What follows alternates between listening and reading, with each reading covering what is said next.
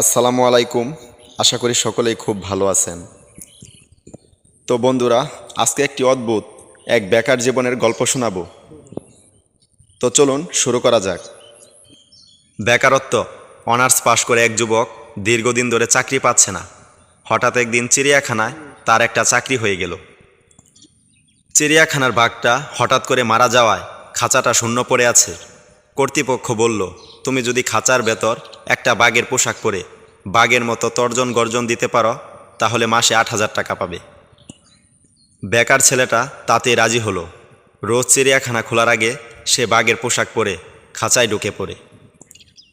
দর্শক এলে তাদেরকে তর্জন গর্জন ও নানা কায়দা কসরত দেখে ভীষণ আনন্দ দেয়। দেখতে দেখতে চিড়িয়াখানার দর্শক বেড়ে গেল।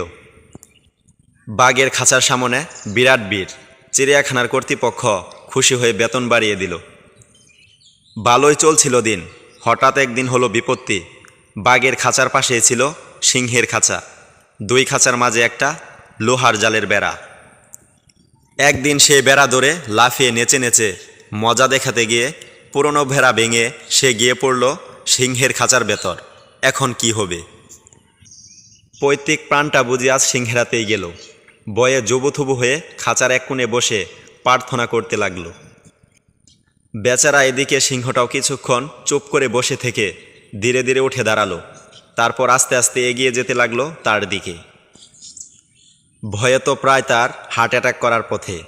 এদিকে সিংহটা একেবারে কাছে চলে এসেছে। প্রাণের মায়া ছেড়ে দিয়ে ছেলেটা যখন সৃষ্টিকর্তাকে ডাকতে শুরু করলো, ঠিক তখন সিংহটা বলে উঠল, ভাই, এত ভয় পাবেন না, আমি অনার্স পাস বেকার। ভিডিওটি ভালো লাগলে অবশ্যই সাবস্ক্রাইব করবেন।